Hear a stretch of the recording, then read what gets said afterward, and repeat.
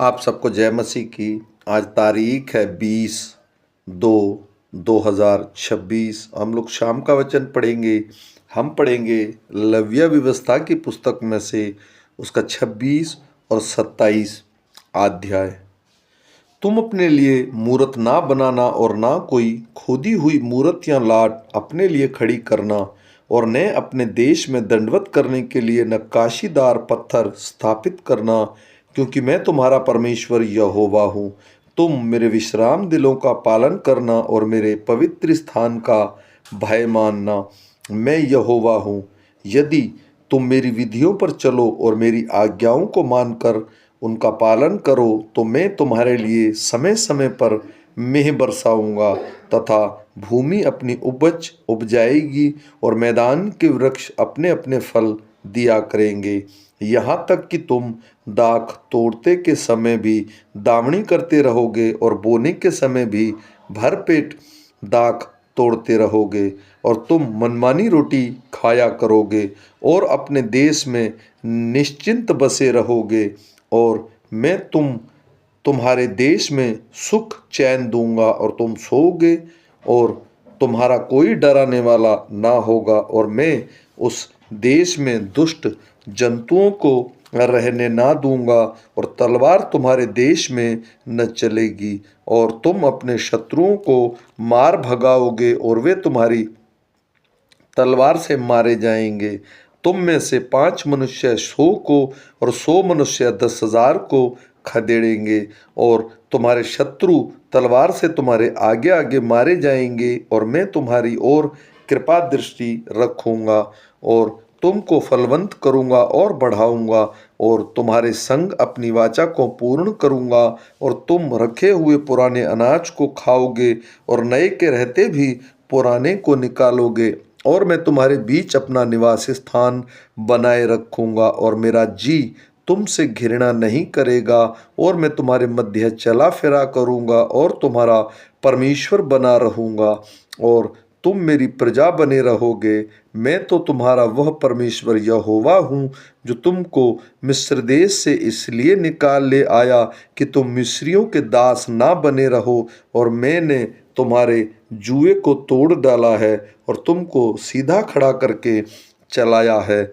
यदि तुम मेरी ना सुनोगे और इन सब आज्ञाओं को ना मानोगे और मेरी विधियों को निकम्मा जानोगे, और तुम्हारा आत्मा में निर्णयों से घृणा करे और तुम मेरी सब आज्ञाओं का पालन ना करोगे वरन मेरी वाचा को तोड़ोगे, तो मैं तुमसे यह करूँगा, अर्थात मैं तुमको बेचैन करूँगा और क्षय रोग और जवार से पीड़ित करूँगा, और इसके कारण तुम्हारी आंखें धुंधली हो जाएंगी और तुम्हारा मन अति उदास होगा और तुम्हारा बीज बोना व्यर्थ होगा, क्योंकि तुम्हारे शत्रु उसकी उपज खा लेंगे।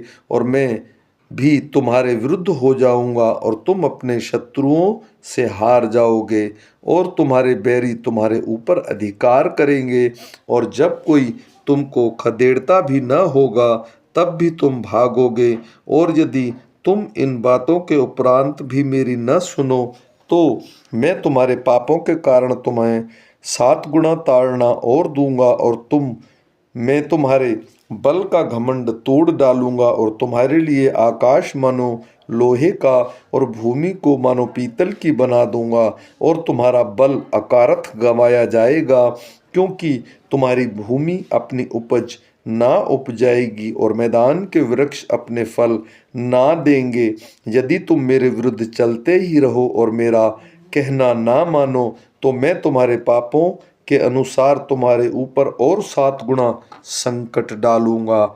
और मैं तुम्हारे बीच वन पशु भेजूंगा जो तुमको निर्वंश करेंगे और तुम्हारे घरेलू पशुओं को नष्ट कर डालेंगे और तुम्हारी गिनती घटाएंगे, जिससे तुम्हारी सड़कें सूनी पड़ जाएंगी। फिर यदि तुम इन बातों पर भी मेरी ताड़ना से ना सुधरो और मेरे विरुद्ध चलते ही रहो, तो मैं भी तुम्हारे विरुद्ध चलूंगा और तुम्हारे पापों के कारण मैं आप ही तुमको 7 गुना मारूंगा और मैं तुम पर एक ऐसी तलवार चलाऊंगा जो वाचा तोड़ने का पूरा पूरा पलटा लेगी। और जब तुम अपने नगरों में जा जाकर इकट्ठा होगे, तब मैं तुम्हारे बीच में मरी फैलाऊंगा और तुम अपने शत्रुओं के वश में सौंप दिए जाओगे। जब मैं तुम्हारे लिए अन्न का आधार को दूर कर डालूंगा, तब 10 स्त्रियां तुम्हारी रोटी एक ही तंदूर पर पका पका कर तोल तोल कर बांट देगी और तुम खाकर भी तृप्त ना होगे।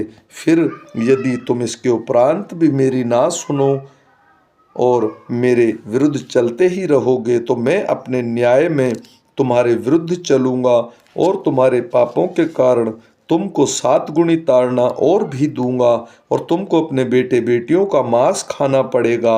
और मैं तुम्हारी पूजा के ऊंचे स्थानों को ढा दूंगा और तुम्हारे सूर्य की प्रतिमाएं तोड़ डालूंगा और तुम्हारी लोथों को तुम्हारी तोड़ी हुई मूर्तों पर फेंक दूंगा और मेरी आत्मा को तुमसे घृणा हो जाएगी और मैं तुम्हारे नगर को उजाड़ दूंगा और तुम्हारे पवित्र स्थानों को उजाड़ दूंगा और तुम्हारा सुखदायक सुगंध ग्रहण न करूंगा और मैं तुम्हारे देश में को सूना कर दूंगा और तुम्हारे शत्रु जो उसमें रहते हैं वे इन बातों के कारण चकित होंगे और मैं तुमको जाति जाति के बीच तितर बितर करूंगा और तुम्हारे पीछे पीछे तलवार खींचे रहूंगा और तुम्हारा देश सूना हो जाएगा और तुम्हारे नगर उजाड़ हो जाएंगे। तब जितने दिन वह देश सूना पड़ा रहेगा और तुम अपने शत्रुओं के देश में रहोगे, उतने दिन वह अपने विश्राम कालों को मानता रहेगा। तब ही वह देश विश्राम पाएगा, अर्थात अपने विश्राम कालों को मानता रहेगा। जितने दिन वह सूना पड़ा रहेगा उतने दिन उसको विश्राम रहेगा, अर्थात जो विश्राम उसको तुम्हारे वहाँ बस से रहने के समय तुम्हारे विश्राम कालों में ना मिला होगा, वह उसको तब मिलेगा। और तुम में से जो बचे रहेंगे और अपने शत्रुओं के देश में होंगे और उनके हृदय में मैं कायरता उपजाऊंगा और वे पत्ते के खड़कने से भी भाग जाएंगे और वे ऐसे भागेंगे जैसे कोई तलवार से भागे और किसी के बिना पीछा किए वे गिर गिर पड़ेंगे। जब कोई पीछा करने वाला ना हो तब भी मानो तलवार के भय से एक दूसरे से ठोकर खाकर गिरते जाएंगे और तुमको अपने शत्रुओं के सामने ठहरने की कुछ शक्ति न होगी। तब तुम जाति जाति के बीच पहुंचकर नष्ट हो जाओगे और तुम्हारे शत्रुओं की भूमि तुमको खा जाएगी और तुम में से जो बचे रहेंगे वे अपने शत्रुओं के देश में अपने अधर्म के कारण गल जाएंगे और अपने पुरखाओं के अधर्म के कामों के कारण भी वे उन्हीं के समान गल जाएंगे। पर यदि वे अपने और अपने पितरों का अधर्म मान लेंगे, अर्थात उस विश्वासघात का जो मेरा करेंगे, और यह भी मान लेंगे कि हम यहोवा के विरुद्ध चले थे, इसी कारण वह हमारे विरुद्ध होकर हमें शत्रुओं के देश में ले आया है। यदि उस समय उनका खतना रहित हृदय दब जाएगा और वे उसी समय अपने अधर्म के दंड को अंगीकार करेंगे, तब जो वाचा मैंने याकूब के संग बांधी थी उसको मैं स्मरण करूंगा और जो वाचा मैंने इसहाक से और जो वाचा मैंने अब्राहम से बांधी थी उसको भी स्मरण करूंगा और इस देश को भी मैं स्मरण करूंगा। पर वह देश उनसे रहित होकर सूना पड़ा रहेगा और उसके बिना सूना रहकर भी अपने विश्राम कालों को मानता रहेगा और वे अपने अपने लोग अधर्म के दंड को अंगीकार करेंगे, इसी कारण से कि उन्होंने मेरी आज्ञाओं का उल्लंघन किया था और उनकी आत्माओं को मेरी विधियों से घृणा थी। इतने पर भी जब वे अपने शत्रुओं के देश में होंगे तब मैं उनको इस प्रकार नहीं छोड़ूंगा और ना उनसे ऐसी घृणा करूँगा कि उनका सर्वनाश कर डालूँ और अपनी इस वाचा को तोड़ दूँ जो मैंने उनसे बांधी है, क्योंकि मैं उनका परमेश्वर यहोवा हूँ, परंतु मैं उनकी भलाई के लिए उनके पितरों से बांधी हुई वाचा को स्मरण करूँगा, जिन्हें मैं अन्य जातियों की आँख के सामने मिस्र देश से निकाल कर लाया, कि मैं उनका परमेश्वर ठहरूँ, मैं यहोवा हूँ। जो जो विधियाँ और नियम और व्यवस्था यहोवा ने अपनी ओर से इज़राइलियों के लिए सैन पर्वत पर मूसा के द्वारा ठहराई थी, वे ये ही हैं। फिर यहोवा ने मूसा से कहा, इज़राइलियों से कह कि जब कोई विशेष संकल्प माने तो संकल्प किए हुए प्राणी तेरे ठहरने के अनुसार यहोवा के होंगे। इसलिए यदि वह 20 वर्ष या उससे अधिक और 60 वर्ष से कम अवस्था का पुरुष हो तो उसके लिए पवित्र स्थान के शेकेल के अनुसार 50 शेकेल का रोपा ठहरे। यदि वह स्त्री हो तो 30 शेकेल ठहरे। फिर यदि उसकी व्यवस्था 5 वर्ष या उससे अधिक और 20 वर्ष से कम की हो तो लड़के के लिए तो 20 शेकेल और लड़की के लिए 10 शेकेल ठहरे। यदि उसकी अवस्था 1 महीने या उससे अधिक से 5 वर्ष से कम की हो तो लड़के के लिए तो 5 और लड़की के लिए 3 शेकेल ठहरे। फिर यदि उसकी अवस्था 60 वर्ष की या उससे अधिक हो तो वह पुरुष हो तो उसके लिए 15 शेकेल और स्त्री हो तो 10 शेकेल ठहरे। परंतु यदि कोई इतना कंगाल हो कि याजक का ठहराया हुआ दाम न दे सके तो वह याजक के सामने खड़ा किया जाए और याजक उसकी पूंजी ठहराए, अर्थात जितना संकल्प करने वाले से हो सके याजक उसी के अनुसार ठहराए। फिर जिन पशुओं में से लोग यहोवा को चढ़ावा चढ़ाते हैं, यदि ऐसे में कोई संकल्प किया जाए तो जो पशु कोई यहोवा को दे वह पवित्र ठहरेगा। वह उसे किसी प्रकार से न बदले, न तो वह बुरे के बदले अच्छा और न अच्छे के बदले बुरा दे। और यदि वह उस पशु के बदले दूसरा पशु दे तो वह और उसका बदला दोनों पवित्र ठहरेंगे। और जिन पशुओं में से लोग यहोवा के लिए चढ़ावा नहीं चढ़ाते, ऐसे में से यदि वह हो तो उसको याजक के सामने खड़ा कर दे। तब याजक पशु के गुण अवगुण दोनों विचार कर उसका मोल ठहराए, और जितना याजक ठहराए उसका मोल उतना ही ठहरे। पर यदि संकल्प करने वाला उसे किसी प्रकार से छुड़ाना चाहे तो जो मोल याजक ने ठहराया है उसका 5वां भाग और बढ़ा कर दे। फिर यदि कोई अपना घर यहोवा के लिए पवित्र ठहरा कर संकल्प करे तो याजक उसके गुण अवगुण दोनों विचार कर उसका मोल ठहराए, और जितना याजक ठहराए उसका मोल उतना ही ठहरे। और यदि घर का पवित्र करने वाला उसे छुड़ाना चाहे तो जितना रुपया याजक ने उसको मोल ठहराया है उसमें वही 5वां भाग और बढ़ा कर दे, तब वह घर उसी का रहेगा। फिर यदि कोई अपनी निजी भूमि का कोई भाग यहोवा के लिए पवित्र ठहराना चाहे तो उसका मोल उसके अनुसार ठहरे कि जिसमें कितना बीज पड़ेगा, जितनी भूमि में होमेर भर जो पड़े उतना का मोल 50 शेकेल ठहरे।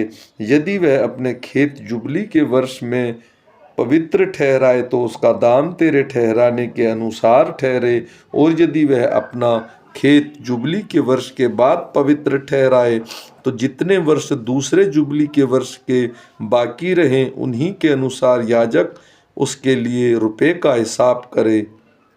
तब जितना हिसाब में आए उतना याजक के ठहराने से कम हो। और यदि खेत का पवित्र ठहराने वाला उसे छुड़ाना चाहे तो जो दाम याजक ने ठहराया हो वह 5वां भाग और बढ़ा कर दे, तब खेत उसी का रहेगा। पर यदि वह खेत को छुड़ाना न चाहे या उसको दूसरे के हाथ बेचा हो तो खेत आगे को कभी न छुड़ाया जाए, परंतु जब वह खेत जुबली के वर्ष में छूटे तब पूरी रीति से अर्पण किए हुए खेत के समान यहोवा के लिए पवित्र ठहरे, अर्थात वह याजक ही की निजी भूमि हो जाए। फिर यदि कोई अपना मोल लिया हुआ खेत जो उसकी निजी भूमि के खेत में का हो यहोवा के लिए पवित्र ठहराए, तो याजक जुबली के वर्ष तक का हिसाब करके उस मनुष्य के लिए जितना ठहराए उतना ही वह यहोवा के लिए पवित्र जानकर उसी दिन